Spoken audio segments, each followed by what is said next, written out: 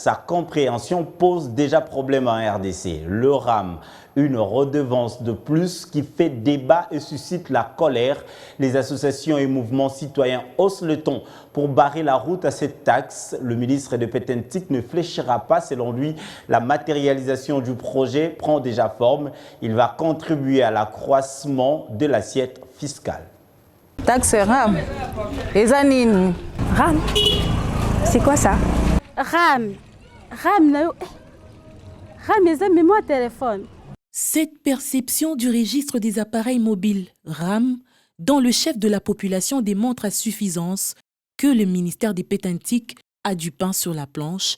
Il faut intensifier la sensibilisation sur cette taxe qui suscite un tollé dans la société.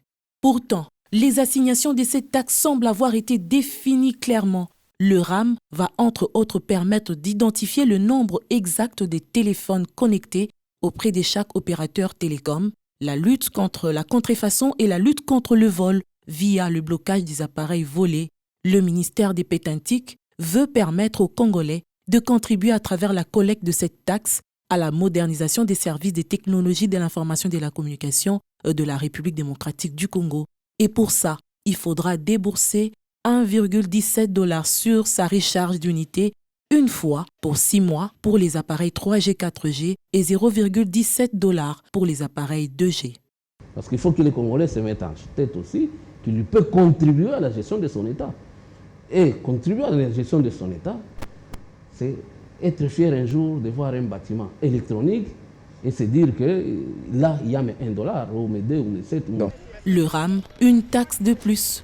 Les conditions de vie de la population étant déjà difficiles, son coût énerve plusieurs, à l'instar du mouvement citoyen, qui s'oppose catégoriquement à cette perception de la taxe sur les téléphones des Congolais. L'ARPTC parle que l'argent que nous devons payer va permettre justement de payer les agents des RAM, des ministères, tout ça, des services techniques. Mais le ministère, par contre, dit que c'est une redevance. Déjà, la nomenclature pose problème. Si c'est une redevance, qu'est-ce que nous, en contrepartie, nous gagnons? C'est vrai, vous dites qu'il y aura des Wi-Fi qu'on va installer à travers la ville ou dans des espaces publics. Mais c'est un mensonge. Il n'est pas le seul à hausser le ton. L'association des consommateurs lésés pointe du doigt le ministère des Petentik et exige l'annulation de cette taxe. Le projet RAM en soi, il est très important et indispensable. Mais maintenant, c'est la partie que nous qualifions la partie business, donc sur la taxe RAM, qui n'est pas importante. Le gouvernement Ilunga ou le gouvernement actuel, le gouvernement sortant, est un gouvernement qui se veut socialiste. Il travaille pour un chef de l'État dont la vision est axée sur le peuple d'abord.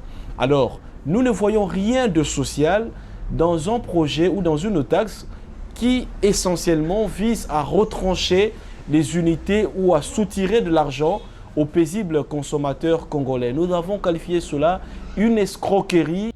La population qui n'y comprend presque rien, les associations qui s'y opposent, alors que l'État congolais tient à tout prix au RAM, puisque c'est un gain au trésor public. Pourtant, sur le terrain, la matérialisation de ce projet continue à faire débat.